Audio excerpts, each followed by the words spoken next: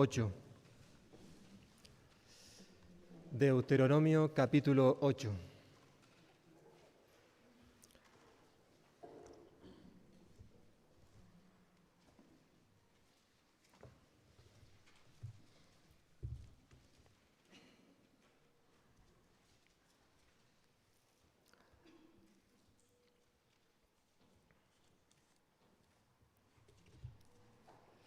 Y vamos a ver en esta mañana todo este capítulo.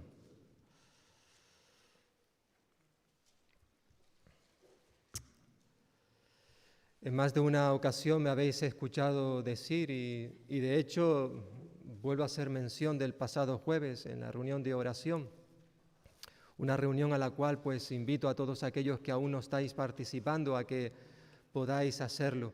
Es un tiempo donde nos reunimos como iglesia para orar los unos por los otros, donde conocer temas que nos afectan como iglesia, donde podemos conocer a aquellos hermanos y hermanas que están pasando por momentos de dificultad, por ejemplo, por enfermedad y que necesitan nuestro apoyo, ¿verdad?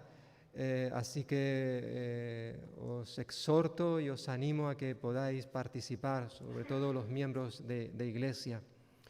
Y se nos decía el jueves pasado, entre otras cosas, que a todos nos sucede que cuando estamos viviendo momentos buenos en nuestra vida, quizás, como se suele decir, la vida nos sonríe, va viento en popa y a toda vela, quizás porque tenemos un buen trabajo, lo que nos permite tener una buena cuenta corriente, es decir, tenemos un buen salario, tenemos bastante dinero que nos evita pasar apuros económicos.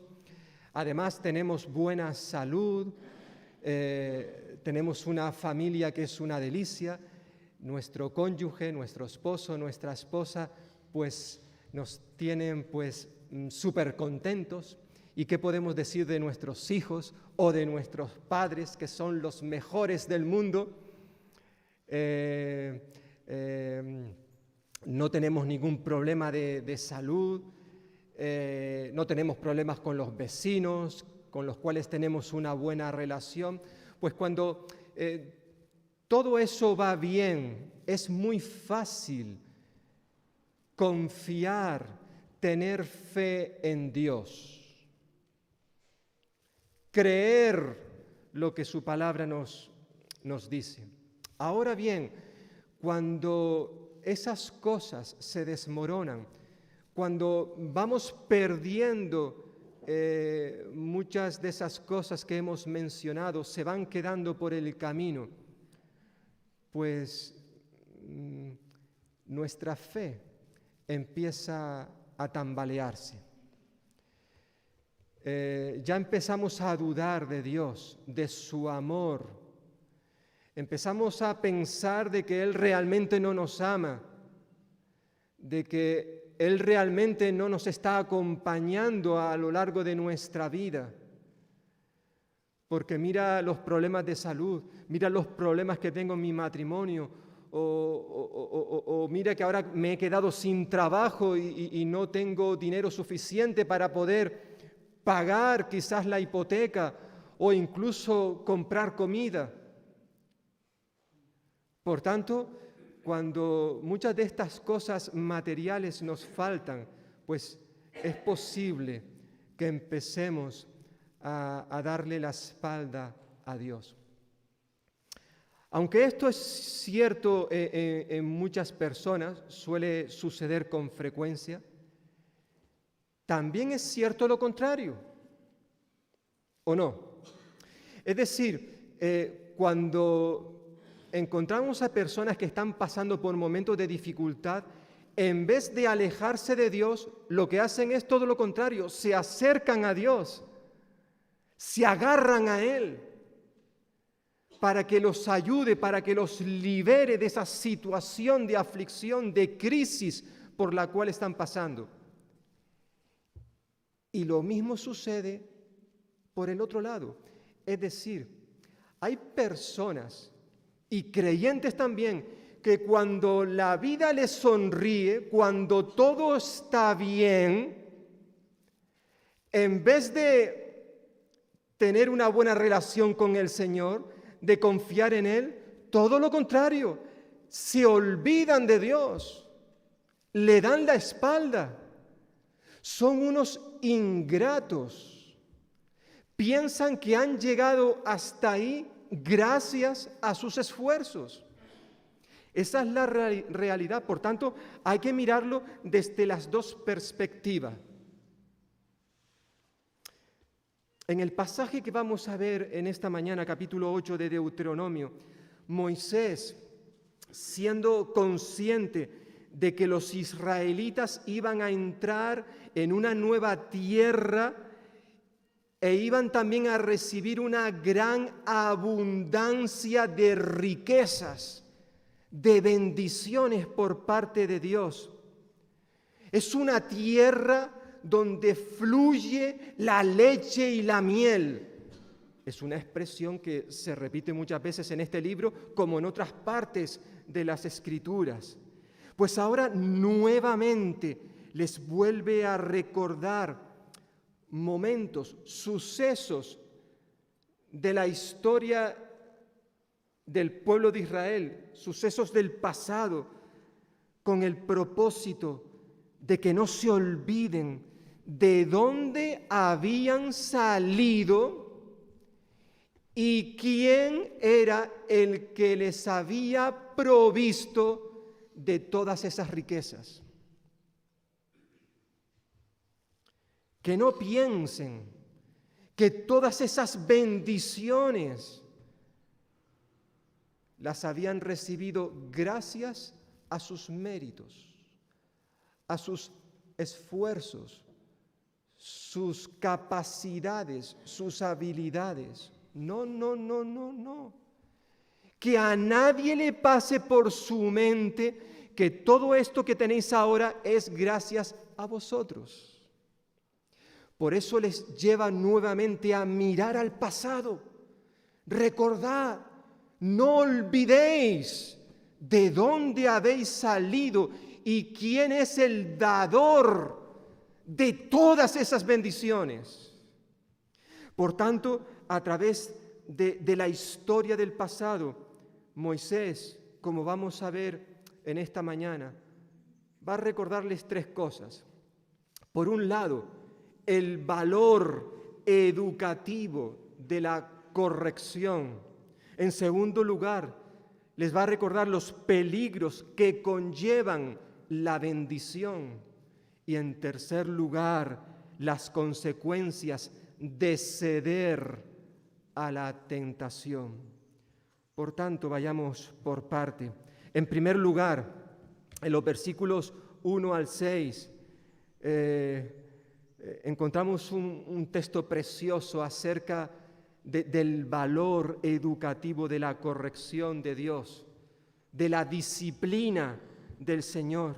En estos versículos Moisés le dice al pueblo que, aunque es cierto que la experiencia en el desierto estuvo llena de dificultades, de adversidades, sin embargo, ese tiempo en el desierto no fue un tiempo perdido. No fue un tiempo perdido. La vida en el desierto fue realmente un tiempo de aprendizaje. Allí los israelitas fueron probados, pero no abandonados por el Señor. Aunque tuvieron que experimentar la corrección del Señor, también experimentaron el amor, la compasión de Dios. Los años en el desierto, esos 40 años de peregrinaje, se convirtieron en toda una experiencia formativa y educativa para los israelitas.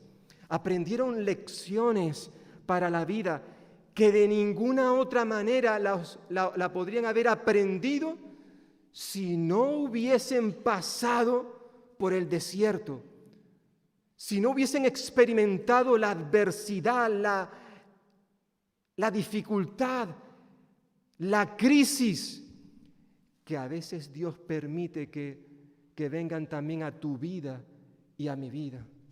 Porque, hermanos y hermanas, hay ciertas cosas que Dios quiere enseñarnos a nuestra vida, que solo podemos aprender en medio del desierto.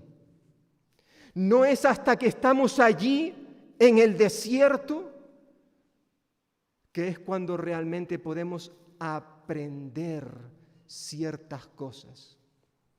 No es a través de un libro, no es a través de escuchar predicaciones, conferencias, por muy buenas que sean estas. Claro que sí, son buenas. A través de ciertos estudios, claro que podemos aprender, pero hay ciertas cosas en la vida que solo podemos aprender en medio de la disciplina, de la corrección del Señor. No hay otra manera, no hay otra manera. Y es esto, en cierta forma, lo que Moisés le va a recordar a su pueblo. Y hay al menos cuatro cosas que sobresalen de este texto, de estos primeros versículos que tienen que ver con la corrección, con la disciplina del Señor. Por un lado, la corrección nos enseña a obedecer la palabra de Dios, a ser obedientes, hombres y mujeres más obedientes a su palabra. Por eso comienza versículo 1, cuidaréis de poner por obra todo mandamiento que yo os ordeno hoy, para que viváis, seáis multiplicados y entréis a poseer la tierra que Jehová prometió con juramento a vuestros padres. Moisés comienza la exhortación recordándoles nuevamente al pueblo la necesidad de guardar, de obedecer los mandamientos del Señor. Si ellos querían vivir, no solamente existir, sino vivir la vida realmente y además multiplicarse en la tierra de Canaán, ellos tenían que guardar, obedecer la palabra del Señor. Algo que ha estado repitiendo una y otra vez en los capítulos anteriores y que vamos a seguir viendo a lo largo del libro. Por eso comienza diciendo, cuidaréis de poner por obra. Es un mandamiento que se repite continuamente en Deuteronomio. Por tanto, la corrección del Señor, la disciplina del Señor sirvió para que aprendieran la importancia de la obediencia.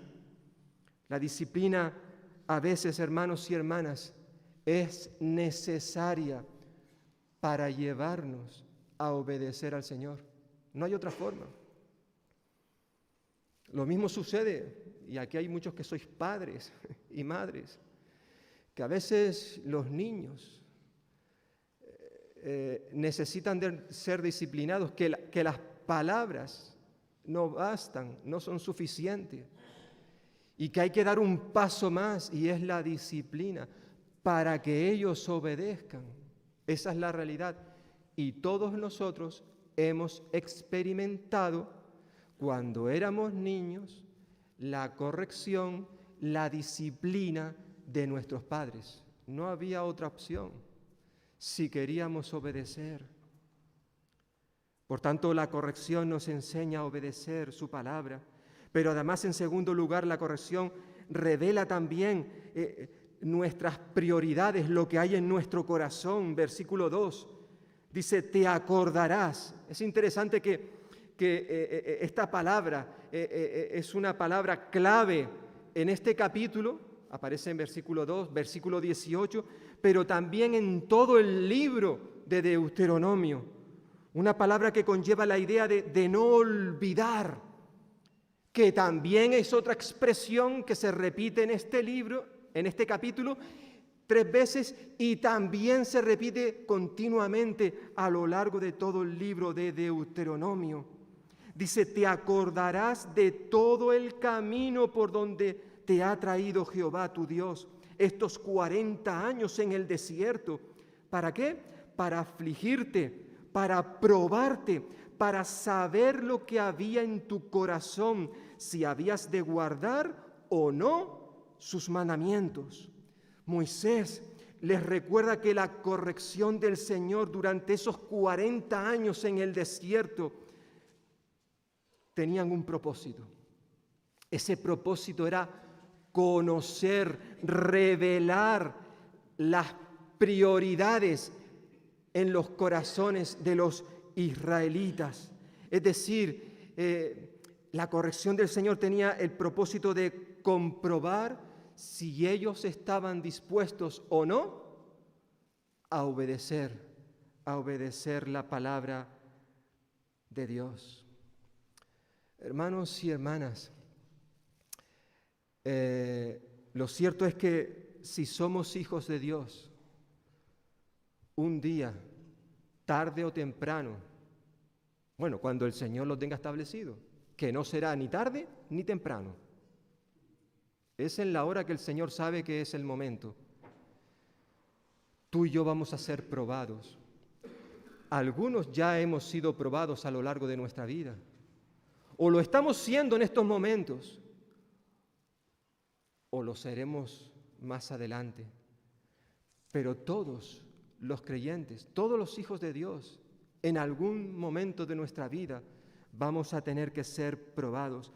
Y normalmente el Señor nos prueba en esas áreas de nuestra vida que para nosotros son una prioridad. Esas áreas de nuestra vida que nosotros consideramos súper importantes. Esas cosas en nuestra vida que nosotros consideramos como lo primero. Y muchas veces Dios precisamente nos prueba en esas áreas para decirnos que no, que estamos equivocados. Que eso que nosotros consideramos una prioridad de nuestra vida realmente no tendría que ser una prioridad. Porque la prioridad de nuestra vida tiene que ser Él. Uno de los ejemplos más preciosos que encontramos precisamente en la Biblia es el caso o el ejemplo de Abraham. Abraham es un ejemplo precioso, el cual, según las Escrituras en el libro de Génesis, el Señor le pidió que él abandonara todo lo que para él era prioritario, lo más importante, que abandonara su familia, su hogar, sus amigos, su herencia, su tradición, que se marchara a otro lugar, lo abandonara todo. Y así lo hizo. Se fue a otro lugar sin saber a dónde iba. El Señor simplemente le dijo: Abraham, haz las maletas y vete a una tierra que ya te diré. Y Abraham así lo hizo. Incluso quizás en uno de los momentos más especiales en su vida, y de hecho no solamente en su vida, sino en la vida del pueblo de Israel y en nuestra propia vida, porque es uno de los capítulos más extraños y difíciles de entender de la Escritura. Allí en Génesis capítulo 22, donde se nos dice que Dios probó, que es lo que está sucediendo aquí también en nuestro texto, Dios probó, utiliza ese término, a Abraham y le dijo que le ofreciera a su hijo Isaac en sacrificio. ¡Wow! Porque Dios sabía que para Abraham Isaac era su prioridad, lo más importante. ¿Sí? ¿Eso es lo más importante para ti? Pues dámelo a mí.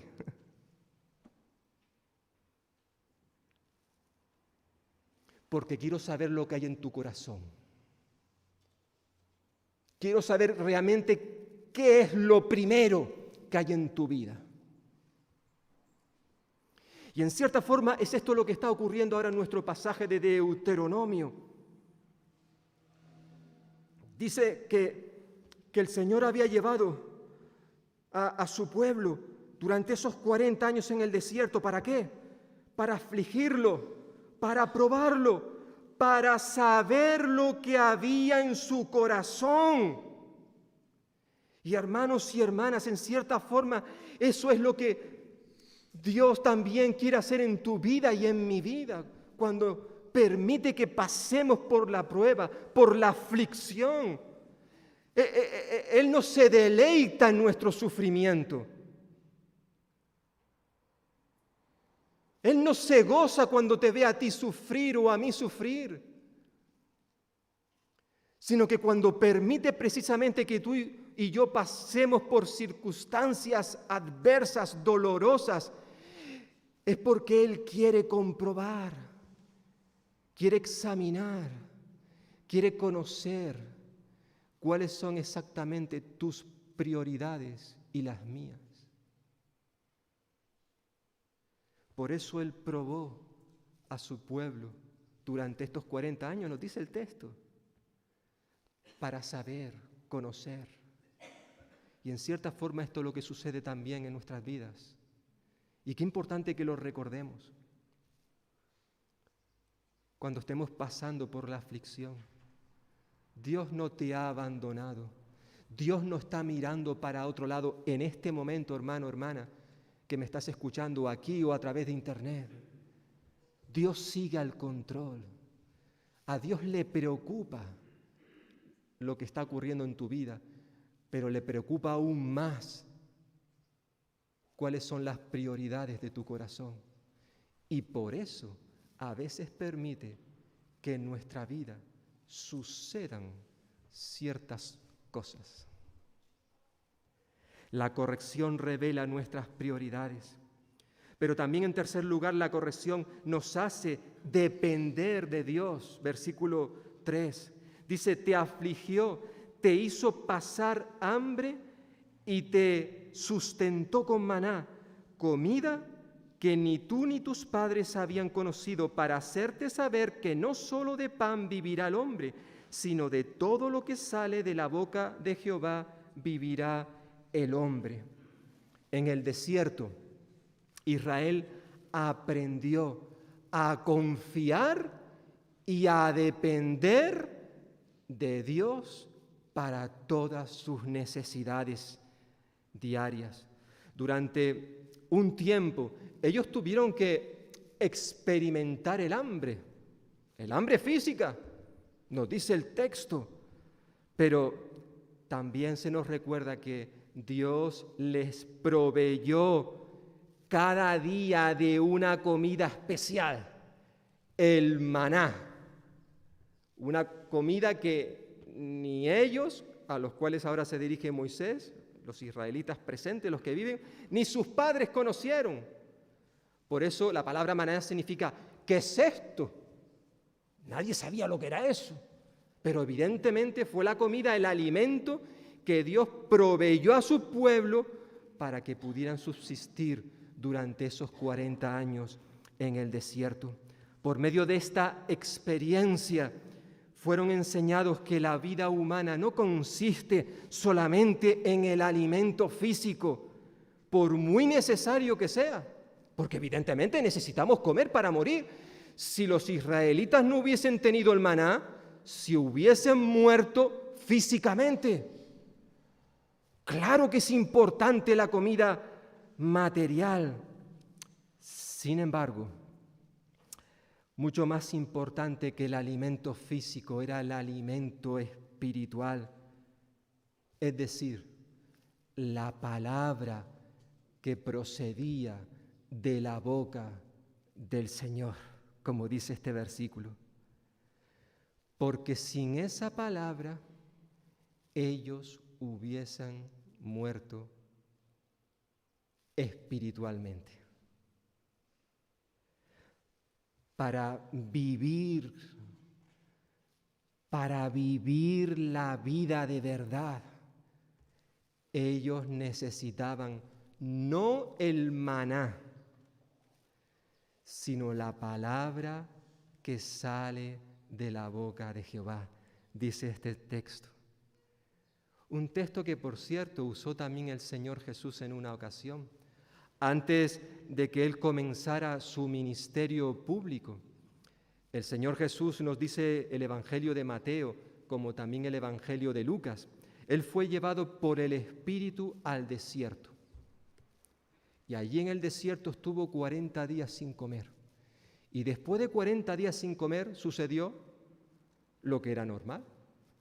Tuvo hambre, nos dice la Escritura. Es normal, 40 días sin comer, tuvo hambre. Es interesante la comparación. El pueblo de Israel, 40 años en el desierto, tiene hambre. Hemos visto en Deuteronomio. Jesús, 40 días en el desierto y tiene hambre. Nos dice Mateo capítulo 4 y Lucas capítulo 4. Y es entonces cuando entra en escena Satanás para tentar a Jesús y decirle, ¿tú tienes hambre? Muy bien, pues dile a estas piedras que se conviertan en pan y así tú podrás satisfacer tu hambre física. Ya que tú eres el Hijo de Dios, ¿no? Porque si tú eres el Hijo de Dios, claro, hay que recordar que un poquito antes Jesús había sido bautizado y en su bautismo se había escuchado una voz del cielo que decía, este es mi Hijo amado. Y ahora el diablo utiliza eso y dice, ¿ah, sí? Pues si tú eres el Hijo de Dios, haz esto. En cierta forma, el diablo está tentando a Jesús para que dude de su identidad, como muchas veces lo hace contigo y conmigo, que dudemos de nuestra identidad, de quiénes somos en Cristo, porque si lo consigue, pues podemos salirnos del camino, podemos empezar a dudar y hacer cosas que evidentemente no tendríamos que hacer. Sin embargo, como bien sabéis, allí se nos recuerda en el Evangelio, Jesús no cedió a la tentación, sino que cogió y citó la Escritura. ¿Qué parte de la Escritura? Pues precisamente Deuteronomio capítulo 8, versículo 3. Y le dijo al diablo que no solo de pan vivirá el hombre, sino de toda palabra que sale de la boca del Señor. Lo cierto es que Dios no solamente proveyó de alimento físico para el pueblo de Israel, sino también de todo lo necesario para las jornadas por el desierto, como el vestido, el calzado, e incluso de las condiciones físicas para poder soportar la climatología del desierto, que en cierta forma es esto lo que se nos quiere recordar con la expresión que encontramos en el versículo 4. Dice que hasta el vestido que llevaba puesto nunca envejeció. Y por cierto, tampoco las sandalias, el calzado, se nos dirá también en este libro de Deuteronomio capítulo 29, versículo 5, ni tampoco el calzado, ni el pie se te ha hinchado en estos 40 años. Es decir, Dios había obrado de una manera sobrenatural. A veces, hermanos y hermanas, Dios permite que pasemos por experiencias que no cabe duda que son difíciles, adversas. ¿Para qué? Pues para que aprendamos a confiar y a depender de Él, y no tanto en nuestras propias capacidades, habilidades, en nuestros propios recursos, sino que confiemos en Él. Pero también, en cuarto y último lugar, la corrección de Dios sirve como un método para la educación. Versículos 5 y 6, dice Moisés, reconoce a sí mismo en tu corazón que como castiga el hombre a su hijo, así Jehová tu Dios te castiga. Guardarás pues los mandamientos de Jehová tu Dios, andando en sus caminos y temiéndole. El propósito de las pruebas a la que Dios sometió a Israel fue el de educarles. Como un padre educa a sus hijos. Esta es la idea que está detrás de la palabra castiga, del versículo 5. La corrección de Dios tenía el propósito de corregir a sus hijos para mostrarles su amor. Por tanto, Israel debía reconocer en su corazón a Dios y andar en los caminos del Señor. Versículo 6.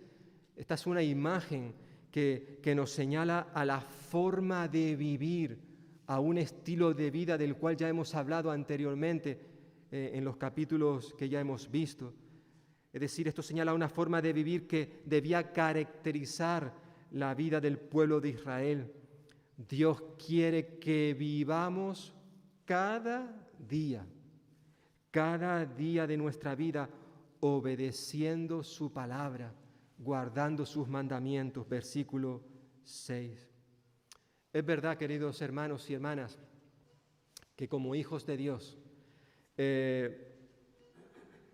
la corrección, la disciplina del Señor, cuando uno la experimenta, en ese momento no es algo que nos lleve a sentir gozo, alegría. En cierta forma es esto lo que decía el autor de la epístola a los Hebreos, en este pasaje tan conocido. Hijo mío, no desprecies la corrección del Señor, ni pierdas el ánimo cuando Él te reprenda, pues el Señor corrige a quien ama y castiga a quien reconoce como hijo. Aceptad vosotros la corrección, que es señal de que Dios os trata como a hijos. Es verdad que ninguna disciplina, ninguna corrección al presente, cuando uno la está experimentando, parece ser causa de gozo. Nadie se goza en el momento de estar siendo reprendido, corregido por el Señor. Más bien es motivo de tristeza. Pero después da fruto apacible de justicia a los que por medio de ella han sido ejercitados. Y en cierta manera es esto lo que ahora mismo va a experimentar el pueblo de Israel. Sí, habían pasado por el desierto 40 años, siendo afligidos, probados, humillados por el Señor durante ese tiempo. Pero ahora todo iba a cambiar. El Señor los va a meter en una tierra donde las bendiciones, las riquezas van a sobreabundar. Va a ser tanta esa bendición que Israel se iba a olvidar de todo lo malo que habían pasado. Y ahí estaba el problema. Ahí estaba el problema. Por eso ahora a continuación, después de haber señalado el valor educativo de la corrección, ahora Moisés les recuerda, como ya vimos en su momento en el capítulo 6, recordaréis, ahora nuevamente vuelve a señalar algunos peligros que conlleva la bendición del Señor. Porque evidentemente las bendiciones, si no son bien canalizadas, tienen sus peligros. Hay dos cosas interesantes que podemos ver en estos versículos del 7 al 16. Por un lado, vuelve a recordarnos Moisés la provisión abundante que Israel iba a recibir. Versículos 7 al 10 dice, porque Jehová tu Dios te introduce en la buena tierra. Fijaos, tierra de arroyos, de agua. Estamos, señores, en un desierto, en un desierto. Pues fijaos lo que se van a encontrar. Tierra de arroyos, de aguas, de fuentes y de manantiales que brotan en vegas y en montes. tierra de trigo y cebada, de vides, de viñedos como aquí, los que hay aquí en Castilla-La Mancha, de higueras y granados, tierra de olivos, de aceite y de miel, tierra en la cual no comerán el pan con escasez. Es decir, ellos habían pasado hambre, ahora, señores, ninguno va a pasar hambre, porque hay pan en abundancia y en donde no te faltará nada. Tierra cuyas piedras son de hierro y de cuyos montes sacarás cobre. Es decir, había minería, recursos mineros. ¡Qué bueno! Dice, allí comerás y te saciarás y bendecirás a Jehová tu Dios por la buena tierra que te ha dado. ¡Wow! Señor, es que esto, ¿se puede pedir más? ¿Se puede pedir más? Lo cierto es que la tierra prometida a Israel, la tierra de Canaán, fue conocida, como ya hemos dicho al principio, como la tierra que fluye leche y miel. A esto se refería con todo lo que estamos señalando ahora. Era una tierra fértil, con toda clase de recursos, especialmente, como se ha mencionado, con agua en abundancia. Dice que no le faltará nada, versículo 9. Incluso habrá depósitos minerales. Pero el propósito de Dios de proveer a Israel de tantas bendiciones, era el crear en ellos una respuesta de gratitud que les llevara a bendecir al Señor. Versículo 10. Allí comerás y te saciarás y bendecirás a Jehová tu Dios. Todo esto que te estoy dando, todo esto es para que tú bendigas a Jehová tu Dios, que pudieran disfrutar de todas esas riquezas. Sí, que las disfrutaran, pero que jamás se olvidaran del dador de todas esas bendiciones. Moisés conocía perfectamente el peligro de olvidarse de Dios y de todo lo que el Señor había hecho por ellos. Por eso la necesidad de este llamado que encontramos a partir del versículo 11. El llamado a cuidarse de no olvidarse de Jehová. Ahí estaba la tentación de olvidarse del Señor. Versículo 11 al 16. Cuídate de no olvidarte de Jehová tu Dios, para cumplir los mandamientos, decretos y estatutos que yo te ordeno hoy.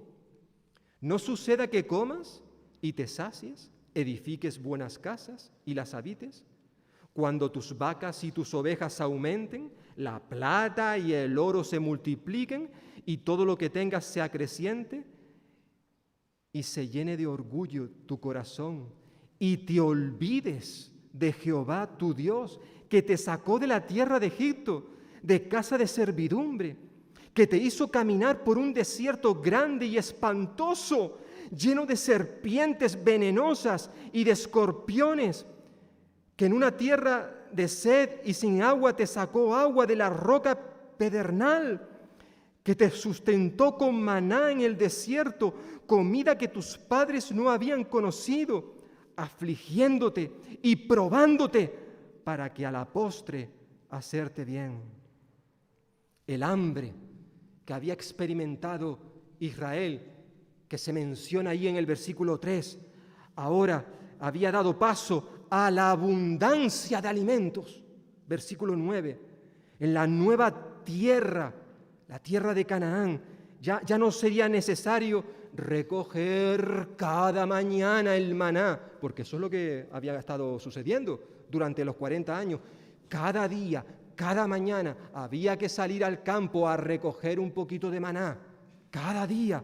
Pues ahora todo eso no era necesario, no era necesario. Ahora comerían del fruto de la tierra que les proporcionaría su propio trabajo. ¡Qué bueno!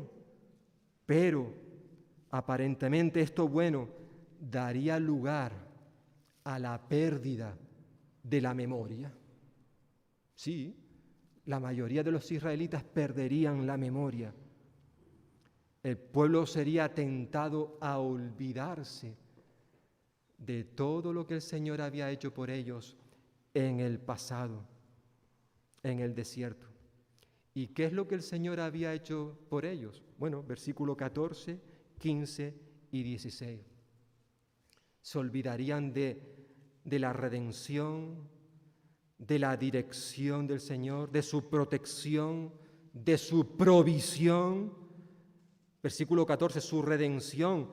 El Señor los había sacado de la tierra de Egipto, los había liberado de la esclavitud. Versículo 15, les había dado dirección que te hizo caminar por un desierto, los había guiado, los había dirigido, los había protegido, versículo 15 también, de cuantos peligros se habían presentado durante el camino, peligros, por ejemplo, como las serpientes venenosas, los escorpiones, y además les había provisto para todas sus necesidades, dándole agua. En varias ocasiones se vieron apurados porque no tenían agua, como aquella agua que salió de la roca del pedernal, dice versículo 15, o como el maná, versículo 16, que ya hemos mencionado, esa comida que los padres no habían conocido. Por eso la importancia de este mandato. Cuídate, versículo 11, cuídate de no olvidarte de Jehová. Qué terrible es cuando nos olvidamos de las cosas que han sucedido en el pasado, cuando empezamos una nueva etapa sin ser consciente de esto. Es lo que ahora mismo ha sucedido en este día. Anoche sabéis que se terminó el estado de alarma después de 6 meses viviendo una situación difícil. No es que hayamos acabado ya esta situación de pandemia, seguimos en ella. Tenemos que seguir guardando nuestro protocolo de seguridad, ¿verdad? Como iglesia, como creyentes, no solamente aquí, sino cada uno en sus respectivos lugares. Pero tristemente hay mucha gente que a partir del día de hoy, debido a que ya no estamos bajo el estado de alarma, olvidarán todo lo que ha pasado de aquí para atrás para vivir la vida haciendo lo que les da la gana. Olvidarán las miles de personas que han muerto por causa de la COVID-19, pensarán que eso no les va a tocar a ellos y por tanto harán lo que ellos consideren más oportuno. Se olvidarán, porque somos así. Y probablemente también nos pasa a nosotros, nos olvidaremos. Qué fácil es olvidar.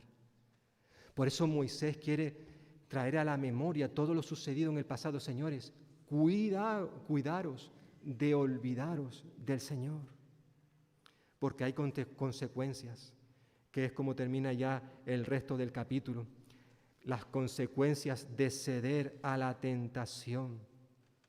Versículo 17 al 20. Decía versículo 17 al 18, que ellos podían decir en su corazón, mi poder y la fuerza de mi mano me ha traído esta riqueza. No digas eso, dice Moisés, no te atrevas a decir eso, sino acuérdate de Jehová tu Dios, porque Él es quien te da el poder para adquirir las riquezas, a fin de confirmar el pacto que juró a tus padres. Todas las aflicciones, todas que habían experimentado los israelitas en el desierto, tenían que recordarlas de generación a generación, de tal modo que nunca olvidaran quién había sido el dador de todas aquellas bendiciones. Pero tristemente, la autosuficiencia, el orgullo humano, muchas veces prevalece a las bondades del Señor. Y para evitar el orgullo, debían recordar su pasado cuando ellos eran esclavos en Egipto. Israel debía tener mucho cuidado de no olvidarse, de no caer en la tentación de creer que todo eso que ellos ahora poseían era gracias a su poder, a su esfuerzo, a sus capacidades. Por eso se les advierte, versículo 17, no digas en tu corazón, mi poder, mi fuerza, mi mano es quien me ha traído toda esta riqueza. No, Señor, no, Señor. Ni se te ocurra pensar esto.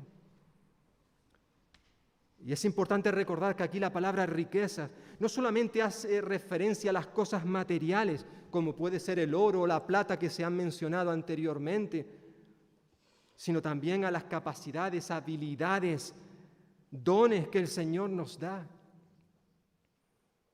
Hermanos y hermanas, tú y yo como cristianos también tenemos que recordar esto. Todo lo que tú y yo tenemos, y no solamente las cosas materiales, sino incluso nuestras habilidades, nuestras capacidades, nuestros dones espirituales, nuestro tiempo, nuestra salud, nuestro cónyuge, nuestros hijos, nuestros padres, todo lo que nosotros tenemos, nos lo ha dado el Señor. No es algo que tengamos gracias a nuestros méritos, porque nosotros hemos hecho algo para merecerlo. No, es todo por su gracia. Y por tanto tenemos que continuamente estar dándole gracias al Señor. Como por ejemplo, algo que hacemos todos los días, pero creo, al menos pasa en mi vida, no de manera consciente, y es cuando nos paramos antes de comer y damos gracias por la comida. Aquí se habla mucho de la comida, del alimento físico, el maná. Ellos habían pasado hambre. Qué importante, hermanos, es que cuando vamos a comer nos paremos, pero siendo conscientes de lo que estamos diciendo, para darle las gracias al Señor por la comida. Por la comida. Por el sustento diario. Por eso el Señor Jesús, cuando enseñó a sus discípulos a orar, en aquella oración modelo, Él dedicó una parte de la oración para que le pidiéramos a Dios: Padre, danos el pan nuestro de cada día.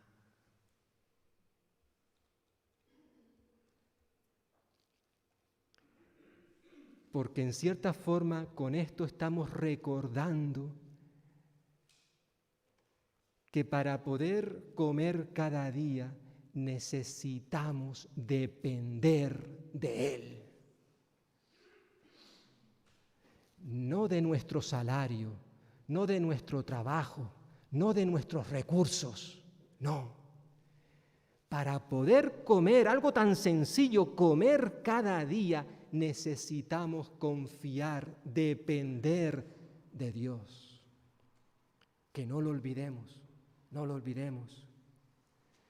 El problema es que muchas veces somos orgullosos, autosuficientes. No. Si yo tengo un plato de comida en la mesa, es gracias a...